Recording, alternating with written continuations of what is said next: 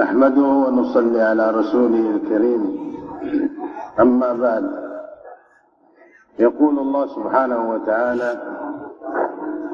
الذين آمنوا وهاجروا وجاهدوا في سبيل الله بأموالهم وأنفسهم أعظم درجة عند الله وأولئك هم الفائزون، يبشرهم ربهم برحمة منه ورضوان وجنات لهم فيها نعيم مقيم خالدين فيها أبدا إن الله عنده أجر عظيم. وقال عليه الصلاة والسلام: من أمر بالمعروف ونهى عن المنكر فهو خليفة الله في أرضه وخليفة كتابه وخليفة رسوله صلى الله عليه وسلم. أخواني الكرام، الله سبحانه وتعالى جعل الفوز والفلاح في الدين، وجعل هذه الحياة الدنيا حياة المسؤولية. لذلك الله سبحانه وتعالى أرسل النبي صلى الله عليه وسلم بالدعوة رحمة للعالمين. الدعوة إلى الله عمل عظيم. أحد العلماء هو قال: الدعوة إلى الله أشرف مقامات التعبد. الله سبحانه وتعالى عظم شأن الأمر بالمعروف والنهي عن المنكر، قال: إن الله يأمر بالعدل والإحسان وإيتاء ذي القربى وينهى عن الفحشاء والمنكر. الله سبحانه وتعالى يدعو إلى حسن الأخلاق، حسن المعاشرات، حسن المعاملات، إلى تحقيق الإيمان واليقين. الدعوة هي صفة الرحمن، والله يدعو إلى دار السلام ويهدي من يشاء إلى صراط مستقيم، والله يدعو إلى الجنة والمغفرة بإذنه. نحمده ونصلي ونسلم على رسوله ما بعد। বুজুর্গ দোস্ত, আমাদের সম্মানিত মেহমান, সালামের পরে খুতবা পড়লেন। খুতবার পরে কালামুল্লাহ শরীফ থেকে আয়াতে কারিমা তেলাওয়াত করলেন যে আল্লাহ তাআলা জাল্লা শানুহু ইরশাদ করেন: আল্লাযীনা আমানু ওয়া হাজারু ওয়া জাহাদু ফি সাবিলিল্লাহি বিআমওয়ালিহিম ওয়া আনফুসিহিম আ'যামু দারাজা। আয়াতের মধ্যে আসছে, যারা ঈমান আনছে এবং হিজরত করছে, আপনার জান মাল খরচ করে যারা মেহনত করছে, আল্লাহ তাআলার কাছে এদের অনেক বড় মর্তবা, অনেক উঁচা শান। যে শানের কথা মানুষ আশা করে চিন্তা করে, সেই উঁচা মর্তবা এবং শান ঈমানের পরে হিজরত করবে আপন জান মাল নিয়ে। পরে আল্লাহ তাআলা জানাইছেন: উলাইকা আ'যামু দারাজাতান ইনদাল্লাহ ওয়া উলাইকা হুমুল ফাইজুন। মানুষ সফলতা চায়, মানুষের জীবনের সফলতা এই যে এর মধ্যে আল্লাহ পাক রেখেছেন। পরে আনছেন: ইউবাশশিরুহুম রাব্বুহুম বিরাহমাতিন মিনহু ওয়া রিদওয়ান। আল্লাহ তাআলা জাল্লা শানুহু সুসংবাদ দিতেছেন এদেরকে, যারা নিজের জানমাল ঈমান আনার পরে জানমাল দ্বারা মেহনত করছে, আল্লাহর কাছে উঁচা মর্তবা, তারা সফল কাম। আল্লাহ পাক এবার সুসংবাদ দিলেন যে আল্লাহ পাকের রহমত, জান্নাত পাবে, আল্লাহ সন্তুষ্টি, রিদওয়ান এবং খালিদিনা ফিহা আবাদা, চিরস্থায়ী বাসস্থান। সেখানে আল্লাহ তাআলা জান্নাত দিবে, সেখানে বড় কামিয়াবি, বড় সফলতা আল্লাহ তাআলা দান করবেন। মেহমান একটা হাদিস পাঠ করলেন যে রাসূল পাক সাল্লাল্লাহু আলাইহি ওয়াসাল্লাম ফরমান: আমরু বিল মারুফ নাহি আনিল মুনকার যে করবে, সে হলো এক নম্বর আল্লাহর খলিফা। জমিনে নবীদের কাম ছিল আমরু বিল মারুফ নাহি আনিল মুনকার, সৎ কাজের আদেশ, অসৎ কাজের নিষেধ। এই কামটা নবীদের পরে, নবী ছাড়া এই উম্মতকে আল্লাহ তাআলা দান করছে। যে কাম করবে সে নবীদের মতো আল্লাহর খলিফা এবং নবীর খলিফা, কোরআনের খলিফা, ওয়ারিস। জমিনে আল্লাহ তাআলা খলিফা, এদের এত সম্মান। মেহমান আরজ করলেন, মানুষ সম্মান চায়, সম্মানের আশাবাদী। বলে সম্মানের আশাবাদী যারা, এর চেয়ে বড় উঁচা সম্মান আর হইতেই পারে না। যেই কামের দ্বারা সে আল্লাহর খলিফা, নবীর খলিফা, কোরআনের খলিফা, কোরআনের ওয়ারিস, এই দিনের নবীজি রাহমাতুল লিল আলামিন সেই সুবাদে বলতেছে এই উম্মতকে আল্লাহ তাআলা এই শান এই মর্যাদা দান করছেন। এজন্য যে মানুষকে আল্লাহ তাআলা যে এখানে পাঠাইছেন, কোরআনে পাকের আরো আয়াতে বললেন যে আল্লাহ তাআলা জাল্লা শানু এটাও চায় মানুষের কাছে যে ইন্নাল্লাহা ইয়া'মুরু বিল আদলি ওয়াল ইহসান ওয়া ইতাইযিল কুরবা ওয়া ইয়ানহা আনিল ফাহশাই ওয়াল মুনকার, যে আল্লাহ তাআলা মানুষকে ভালো কাজের আদেশ করেন, অসৎ থাকতে নিষেধ করেন। আর তখন কি হবে যে মানুষ যখন যে আমরু বিল মারুফ নাহি আনিল মুনকার দাওয়াতের কাজ, যেটা সৎ কাজের আদেশ অসৎ কাজের নিষেধ, এটা করতে থাকবে, তখন এর জন্য যে সংবাদ হইল তাকে আল্লাহ তাআলা জাল্লা শানুহু যে সালাম আল্লাহ তাআলা এই লোককে জান্নাতের আহ্বান করতেছে, জান্নাতে ডাকতেছে, দাওয়াত দিতেছেন। এই কাজ করবে আল্লাহ তাআলা তাকে জান্নাতের সম্বন্ধে ডাকতেছে, আহ্বান করতেছে। তারপরে তার সেই সুসংবাদ রয়ে গেছে, মেহমান আরজ করলেন।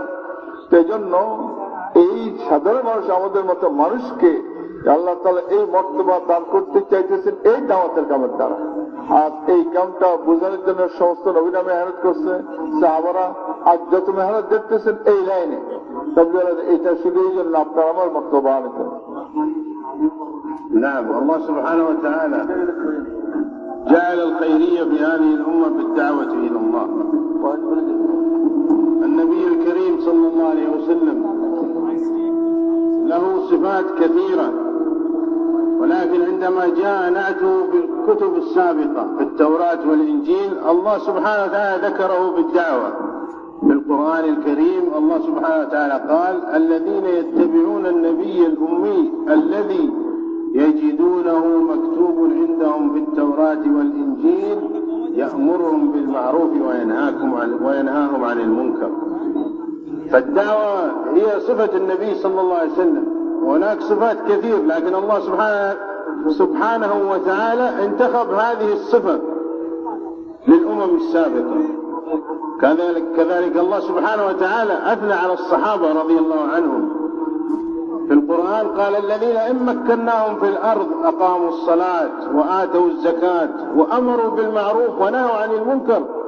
الصحابة رضي الله عنهم في ذلك الزمان كانوا هم الأمة، الحكام والعلماء والتجار والخواص وعامة الناس والفقراء والأنصار والمهاجرين، كلهم قاموا بالدعوة إلى الله سبحانه وتعالى. الدعوة ليست خصوصية لأحد من الناس، الدعوة مسؤولية الأمة، لأن الدعوة تحقق الإيمان في القلوب.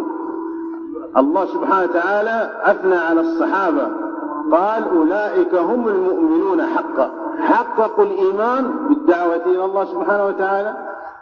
الله سبحانه وتعالى نصرهم، أيدهم، آواهم، رأوا نصرة الله سبحانه وتعالى بسبب الإيمان الذي كان في قلوبهم. هذا الإيمان جاء بسبب الدعوة. وكذلك هذه الأمة الله سبحانه وتعالى قال ولتكن منكم أمة يدعون إلى الخير. الدعوة مستمرة، مسؤوليتنا نحن كذلك ندعو إلى الله سبحانه وتعالى. الله أكرمنا في هذا الزمان بهذا العمل البسيط، نخرج في سبيل الله 4 أشهر، الله سبحانه وتعالى يغير فكر الإنسان من الدنيا إلى الآخرة، من المخلوق إلى الخالق جل جلاله، من التعلق بالأسباب إلى الأعمال التي خرجت من جسد النبي صلى الله عليه وسلم. الصحابة الكرام الله سبحانه وتعالى أثنى عليهم قال رجال صدقوا ما عاهدوا الله عليه، منهم من قضى نحبه ومنهم من ينتظر وما بدلوا تبديلا. من أول يوم في الإسلام حتى ماتوا رضي الله عنهم وهم جهد لإصلاح أنفسهم.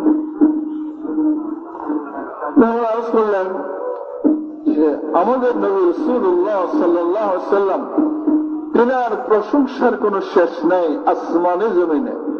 আল্লাহর হাবিবের এত সিফাত, এত গুণ, এত প্রশংসা তাওরাত ইনজিল পূর্বেকার আসমানি কিতাবে যথেষ্ট পরিমাণে আমাদের নবীজির প্রশংসা আসছে।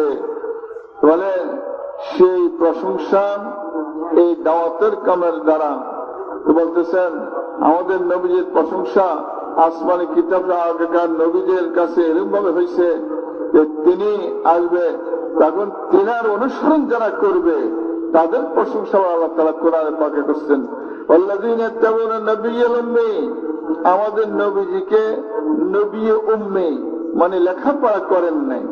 এটা ইহুদ নাসারারা গালি দিত যে উনি নবী লেখাপড়া করেন, লেখাপড়া না করলেও কিতাব আসছে সারা পৃথিবীর মানুষকে সমস্ত মখলুককে যত জ্ঞান দিবেন এর 1000 ভাগ করে 999 ভাগ আল্লাহর হাবিবকে দান করছেন আল্লাহ তাআলা, আর 1 ভাগ সারা পৃথিবীর সবাই। তাহলে উনি না পড়লে কি ও কেরমে ইলম কেরম জ্ঞানের অধিকারী? তো বলেন যে এই নবীর ইত্তেবা করলো, অনুসরণ করলো, তিনি কি হয় না হযরত সাহাবায়ে কেরাম রাদিয়াল্লাহু আনহুম আজমাইন ঠিক নবীজির অনুসরণ কইরা তিনারা কিরকম প্রশংসনীয় হয়ে গেলেন, সাহাবায়ে কেরাম প্রশংসনীয় হয়ে গেলেন যে আসছে উলাইকা হুল মুমিনুনা হাক্কা, এরাই প্রকৃত মুমিন। আল্লাহ তাআলা আল্লাহর কালামে সার্টিফাই করতেছেন, তিনাদের সমর্থন দিতেছেন সাহাবায়ে কেরাম যে কেন ওয়ালাই মাক্কানাল্লাহু যে আয়াতের মধ্যে আসছে যে এই কাজের দ্বারা আমরা বিল মারুফ নাহি আনিল মুনকার, সৎ কাজের আদেশ অসৎ কাজের নিষেধ, এটার দ্বারা সাহাবাদের অন্তরে আল্লাহ তাআলা ঈমানকে একদম মজবুত বদ্ধমূল করে দিয়েছেন। যে ঈমান অটল ছিল, দৃঢ় ছিল, গাঢ় ছিল, তো বলতেছেন এই অধিকারী হলেন এই দাওয়াতের দ্বারা কুনতুম খায়রা উম্মাতিন ছিল। আল্লাহ তাআলা বলছেন যে আমাদের এই উম্মতকে আল্লাহ তাআলা এমন কাম দিয়েছেন সাহাবারা রিজালান সাদাকু মা আহাদুল্লাহ, তিনারা এমন মানুষ ছিলেন যে আল্লাহ তাআলার কথাগুলি যেখানে যা যেরকম ছিল ওরকম ভাবে পুরা করা তিনারা সক্ষম হয়েছেন ওই ঈমানের বলে, ঈমানের শক্তিতে। সেই ঈমান হাসিল হইল দাওয়াতের দ্বারা। এই জন্য আমার আরজ করলেন সাহাবাদের মধ্যে যে বড় বড় শিক্ষিত শিক্ষাওয়ালা ছিলেন, শিক্ষা কম ছিল, হাকিম হুকামা এবং উজির উজারা, তারপরে আগ্নেয়া ধনী গরিব মিসকিন সব শ্রেণীর হার ধরনের হার তবকার লোক ছিল, প্রত্যেকেই দায়ী ছিলেন, প্রত্যেকে মানুষকে আল্লাহর দিকে দাওয়াত দিতেন। এই সৎ কাজের আদেশ অসৎ কাজের নিষেধ, আমরু বিল মারুফ নাহি আনিল মুনকার, আমরা যেটা বুঝি তাবলীগ করতেন। তো হযরত সাহাবায়ে কেরাম এই কাম করার কারণে এই যে কত প্রশংসা সাহাবাদের গেল, আল্লাহ জাল্লা শানু আল্লাহ সুবহানাহু ওয়া তাআলা সাহাবাদেরকে প্রশংসা করছেন এই কামের কারণে। এখন বলতেছে আমরা যত শ্রেণীর মানুষ আছি এটা শুধু একদল ইনারে ওনারা আমরা যে মনে করি এগুলো না, প্রত্যেক মুসলমান যেই নবীজিকে নবী মানছে তার উপরে এই দায়িত্ব। মেহমান প্রথমে এই কথাটা বলছেন যে আমরা একটা দায়িত্ববান উম্মত, বড় জিম্মাদার উম্মত, বড় জিম্মাদারি দিয়া দায়িত্ব দিয়ে আমাদেরকে আল্লাহ তাআলা পাঠাইছেন। সেটা হলো আল্লাহর খলিফা, নবীর খলিফা, নবীর নায়েব, কোরআনের ওয়ারিস, কোরআনের খলিফা, সবকিছুর মধ্যে আজকাল নবীদের মতো মর্যাদা শান দিয়ে আল্লাহ তাআলা আমাকে পাঠাইছেন। এই জন্য বলতেছে এই কাম করলে প্রত্যেকটা লোকের যে ইমানের মজবুতি অন্তরে পয়দা হবে এবং যে কোনো অবস্থা আল্লাহর হুকুম মানে না তার পক্ষে সহজ হবে, সক্ষম হবে, সম্ভব হবে। আর যে তার মধ্যে আল্লাহ নাফরমানি করার সেবকগুলি চলে যাবে, নবীদের মতো সাহাবাদের মতো আল্লাহ তাআলা গুণে গুণান্বিত করে দেবেন এই দাওয়াতের কামের দ্বারা। نعم أخواني الكرام، الصحابة الكرام رضي الله عنهم تحملوا مسؤولية الدين، انتشروا في الأرض للدعوة إلى الله سبحانه وتعالى. الله تبارك وتعالى جعل هناك فضائل كثيرة وعظيمة للدعوة إلى الله سبحانه وتعالى. النبي صلى الله عليه وسلم قال ساعة في سبيل الله خير من قيام ليلة القدر عند الحجر الأسود. الله أكبر. وقال يوم في سبيل الله خير من 1000 يوم في المنازل، أو كما قال عليه الصلاة والسلام. أجور عظيمة الله سبحانه وتعالى يعني جعلها لهذه الأمة. تشبه بالنبي صلى الله عليه وسلم، تكون خليفة الله سبحانه وتعالى في الأرض، تحمل مسؤولية الدين ومسؤولية المسلمين، وتنتشر في الأرض، تتحرك للدعوة إلى الله سبحانه وتعالى. هذا شرف عظيم إخواني الكرام. الأمة الآن هي محتاجة لهذا الشيء حتى تقوم على المسؤولية. الدنيا كلها فتن، أهل الدين هم كذلك مفتونين، ولكن بالدعوة والخروج في سبيل الله الله سبحانه وتعالى يصلح الإيمان ويصلح اليقين.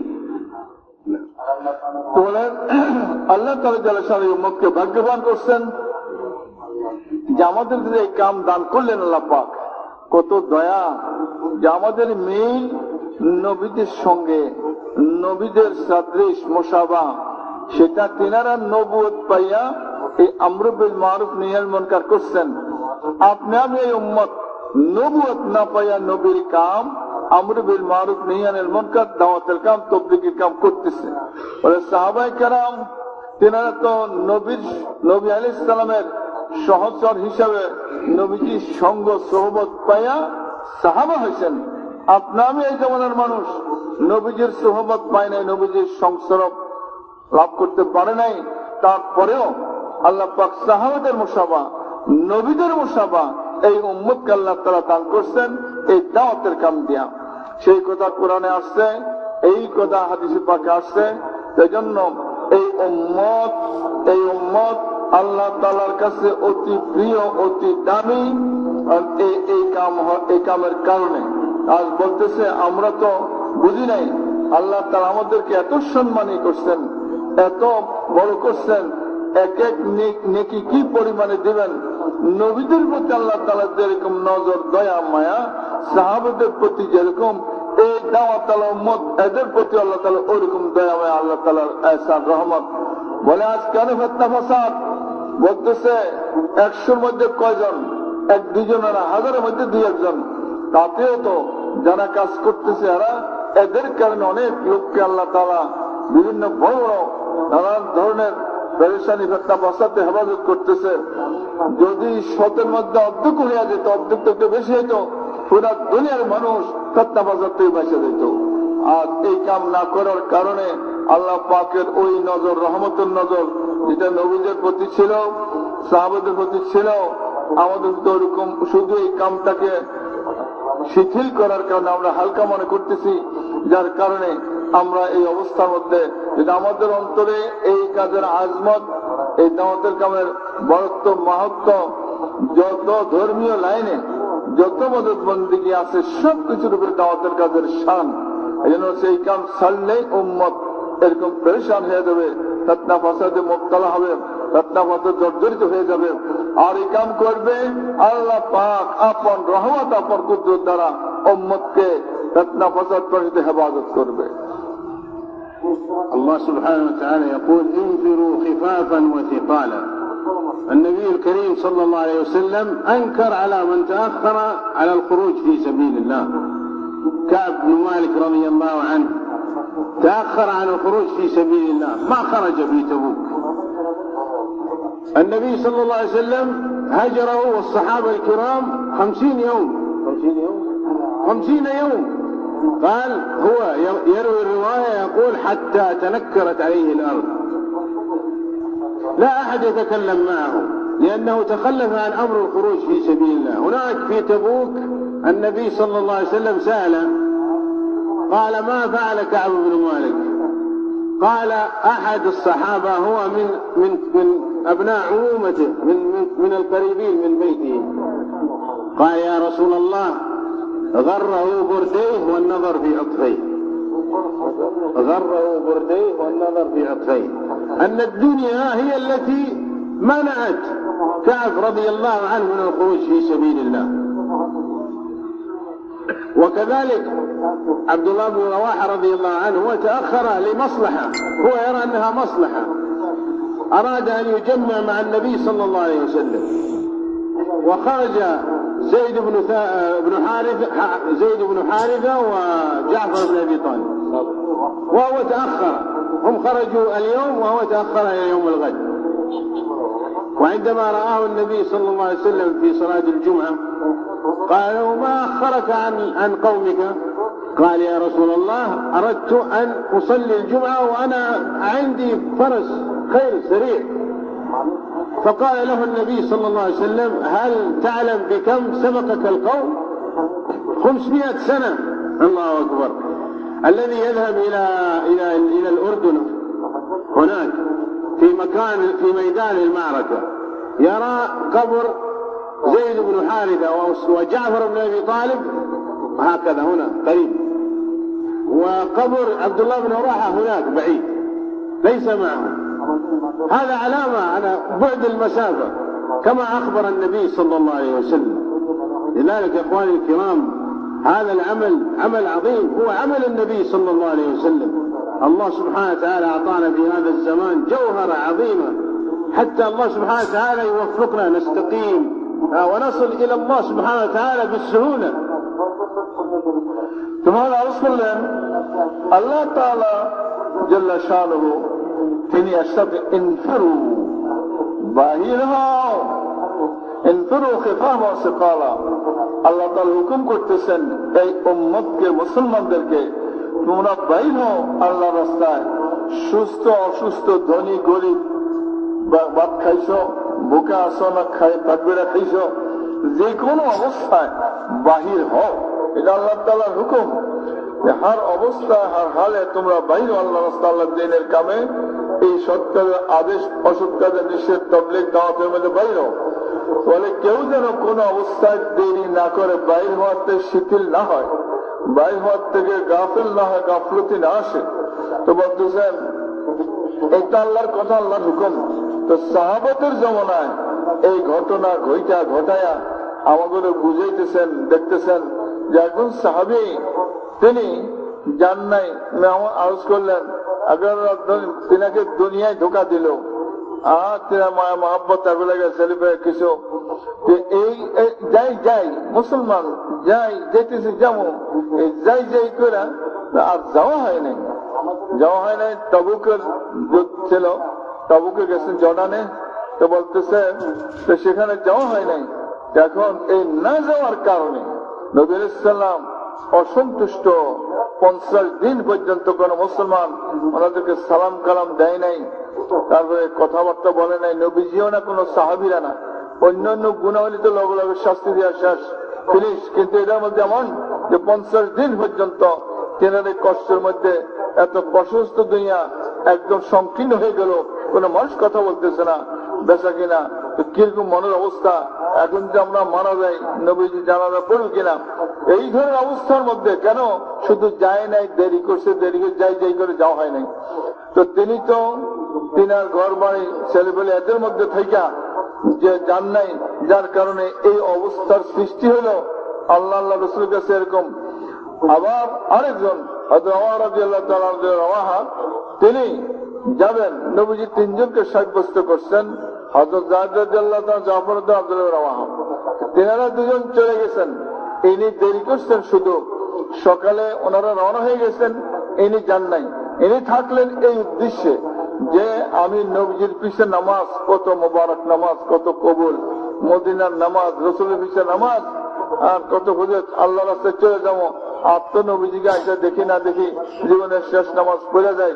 এই ইবাদত বন্দেগী তাও কার? নবীজির পিছে নামাজ, মদিনার নামাজ, জুমার নামাজ, এগুলির আশা তিনি দেরি করলেন। তো নবীজি জুমার পরে দেখার পর বলতেছে, জুমার পর যখন দেখলেন কি হলো তোমার, বলতেছে ইয়া রাসূলুল্লাহ আমি অন্য কিছু না, আপনার পিছে নামাজ, জুমার নামাজ, মদিনার নামাজ, এই আশা থাকলাম। আমার সাওয়ারি খুব দ্রুত, খুব শক্তিশালী, আমি গিয়ে তাদেরকে পথেই পাবো। তো বলতেছে তুমি জানো তোমার মধ্যে তাদের মধ্যে কত পার্থক্য হইলো? তো বলতেছে সকালে গেছে, আমি দুপুরে যাবো। বলতে না, 500 বছরের ব্যবধান হয়ে গেছে। কে বলছে? আল্লাহ রাসূল পবিত্র জবানে বলছে 500 বছর ব্যবধান। এই সকালে উনি যায় নাই, জুমা পড়ে যাবে। এটাতে কি বোঝা গেল? যে দুনিয়ার লাইনে, দুনিয়ার কাজকর্মে যদি দেরি করে, এটা তো একদম কিরকম 50 দিন শাস্তির মতো, কথাবার্তা নাই সব।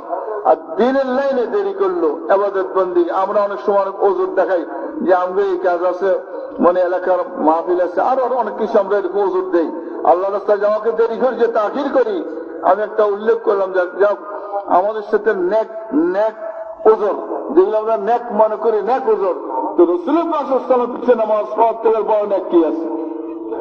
নবীজির পিছনে নামাজ পড়া, মদিনার নামাজ, জুমার নামাজ থেকে আর বড় নেক কি আছে? সাহাবী ওই নেকের আশায় দেরি করছেন। এটা তো আল্লাহ রাসূল অসন্তুষ্ট হইয়া বলছেন তোমার মধ্যে তাদের মধ্যে পার্থক্য কত? 500 বছর। এখন উনি তো গেছেন, যাওয়ার পরে উনি শহীদ হয়েছেন। শহীদ হওয়ার পরে ওই যে নবীজি বলছে এরা দুজন সকালে গেল, দুজনের কবর পাশাপাশি। হযরত জাহেদের জন্য জাফরের জন্য দুজনের কবর মৌতার মধ্যে সে জড়ান একদম পাশাপাশি। আব্দুল ইবনে রাওয়াহার জন্য যিনি জুমার পরে গেলে ওনার কবর এই বাক্কা দূরে, অনেক দূরে। বলে নবীজির কথার সেই প্রমাণ পার্থক্য দুনিয়াতে হয়ে গেছে। আর আখেরাতে তো 500 বছর। তো বললো আল্লাহর রাস্তায় যাওয়াটা যে কিরকম জরুরি, আল্লাহ রাসূলের কাছে কত পছন্দ।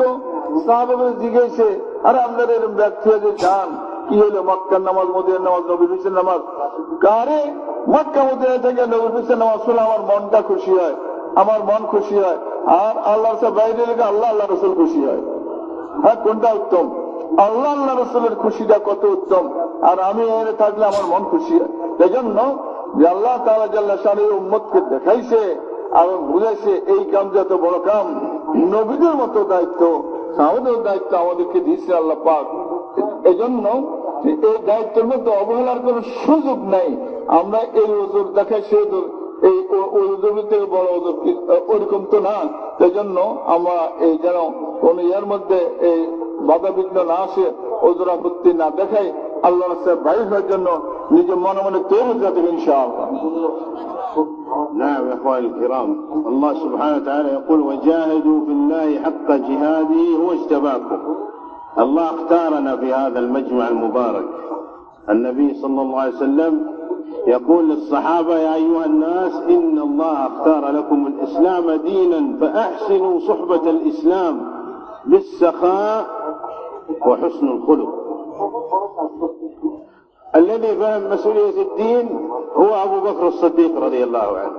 يقول عليه الصلاة والسلام جميع الصحابة عندما دعاهم إلى الإسلام كانت لهم ماذا؟ كبوة، إلا أبو بكر الصديق رضي الله عنه. من أول يوم دعاه إلى الإسلام هو دخل في الإسلام. وعندما جاءت الهجرة جاء أبو بكر الصديق، جاء النبي صلى الله عليه وسلم إلى أبو بكر الصديق وقال له إن الله أمرني بالهجرة. ماذا قال أبو بكر؟ قال أحتاج ترغيب يا رسول الله؟ قال الصحبة يا رسول الله. هو استعد مباشرة وخرج، وكان يعني عنده ترتيب موجود، ناقتين، أخذ جميع المال وخرج مع النبي صلى الله عليه وسلم. وفي طريق الهجرة كان يمشي أمام النبي صلى الله عليه وسلم وخلفه يعني يخشى الرصد ويخشى الطلب رضي الله عنه. وكذلك يعني رضي الله عنه عندما يعني نزلت سورة إذا جاء نصر الله والفتح هو بكى وحده في المجمع والصحابة ينظرون إليه. ما يبكيك يا أبا بكر؟ هو علم أن هذا هو أجل النبي صلى الله عليه وسلم، وأن الأمة مقبلة على مصيبة. وعندما مات النبي صلى الله عليه وسلم كلهم الصحابة يعني كانوا في يعني ليسوا يعني لم يصدقوا هذا الخبر إلا هو يعني رضي الله عنه دخل على النبي صلى الله عليه وسلم ونظر إليه وقبله وقال ما أطيبك يا رسول الله حيا وميتا صلى الله عليه وسلم. ثم خرج إلى المسجد وقال من كان يعبد محمد فإن محمدا قد مات، ومن كان يعبد الله فإن الله حي لا يموت. وقف لوحده رضي الله عنه. وعندما جاءت الردة أنفذ الجيوش وأنفذ جيش أسامة رضي الله عنه. قال أينقص الدين وأنا حي؟ الله أكبر يا إخواني الكرام. الآن كم خرجنا في سبيل الله 4 أشهر، وكم رأينا من نصرة الله سبحانه وتعالى، وكم الله سبحانه وتعالى أنعم علينا وأغدق علينا من أفضاله وكرمه جل جلاله. ولكن حتى الآن موجود تردد في القلب، أخرج لا أخرج، أجتهد لا أجتهد. ولكن الله سبحانه وتعالى يقول إن الله لغني عن العالمين. الله سبحانه وتعالى يعلمنا هذه المسؤولية ويفهمنا، والذي هو يقوم على المقصد ويجتهد ويضحي الله سبحانه وتعالى يتقبله، والذي يتكاسل ويتأخر الله سبحانه وتعالى غني جل جلاله. لذلك يا إخواني الكرام الآن بعد المغرب هناك البيان إن شاء الله نشكل أنفسنا لأبعد مكان لأطول مدة. مستعدين إن شاء الله؟ ইনশাআল্লাহ। বলে আল্লাহ তাআলা জাল্লা শানুহু আমাদেরকে যে এই কাম দিলেন, আল্লাহ তাআলা বুঝলেন উম্মতকে এত বড় কাম, এই দাওয়াতের কাম, এই জিম্মাদারি দান করলেন। সাহাবাদের মতো আল্লাহ তাআলা সে নেকি দান করবেন। তিনারা কিরকম ভাবে কষ্ট কোরবানি করছে, এর মর্যাদা মর্তবা আগে বলছেন। একজন লোক একটু সময় আল্লাহর রাস্তায় অবস্থান করে দাঁড়ায়, হযরত আসাদের কাছে ইবাদত করার সমান। গড়ে 1000 দিন আল্লাহর রাস্তায় একটু সময় গড়ে 1000 দিনের ইবাদতের সমতুল্য। তো ঘরে ইবাদত করলো তার থেকে কত উত্তম, কাবাঘরের সামনে করলে হেড থেকে উত্তম আল্লাহর রাস্তায় যাওয়া। তারপরে এই উম্মতকে, এই উম্মতের ফজিলত আল্লাহ তাআলা দিলেন। সাহাবায়ে কেরাম রাদিয়াল্লাহু কিংবা বুঝছেন নবীজির নবুয়তের পরে হযরত আবু বকর সিদ্দিক রাদিয়াল্লাহু তাআলা আনহু তিনাকে বলছেন, সাথে সাথে তিনি কবুল করলেন যে আল্লাহ তাআলা হুকুম করছে এই কাজের এইভাবে দাওয়াত দেওয়ার। তিনিও দাওয়াত দেওয়া শুরু করলেন। সাহাবারা সকলেই এরকম দাওয়াতে মেহনত করার কারণে, এই মেহনত করার কারণে তিনারা দিনের উপরে মজবুতি লাভ করছেন, মজবুত ছিলেন, আরো মানুষ ইসলামে আসছে। আর এই কামের ঘাটতি হলে অন্য মানুষ ইসলামে আসা দূরের কথা, নিজের ইসলাম ইমান দুর্বল হইয়া মুসলমান ও মোরতাদ হওয়া শুরু করবে।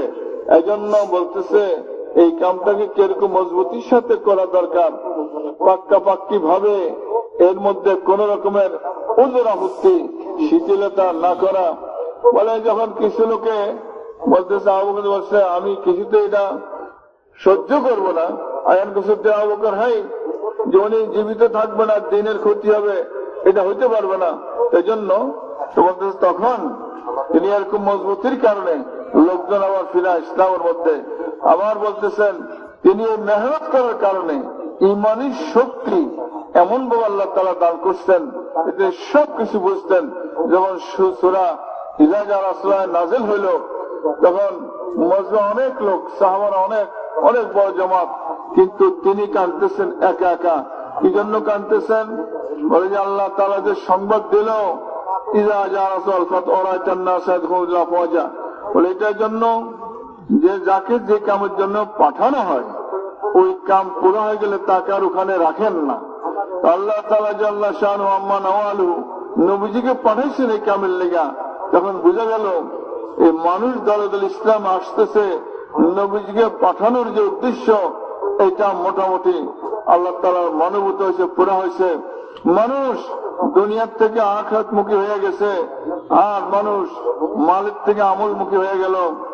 মানুষ যে মাখলুক থেকে আল্লাহকে খোদামুখী, খোদার ইবাদত করে, মাখলুকের পূজা করে না, মাখলুকের একিন দিলে নাই, আল্লাহ পাকের একিন দিলে মানুষ আমলের মধ্যে লাভ কামিয়াবি সফলতা মনে করে, মালের মধ্যে লাভ সফলতা মনে করে না।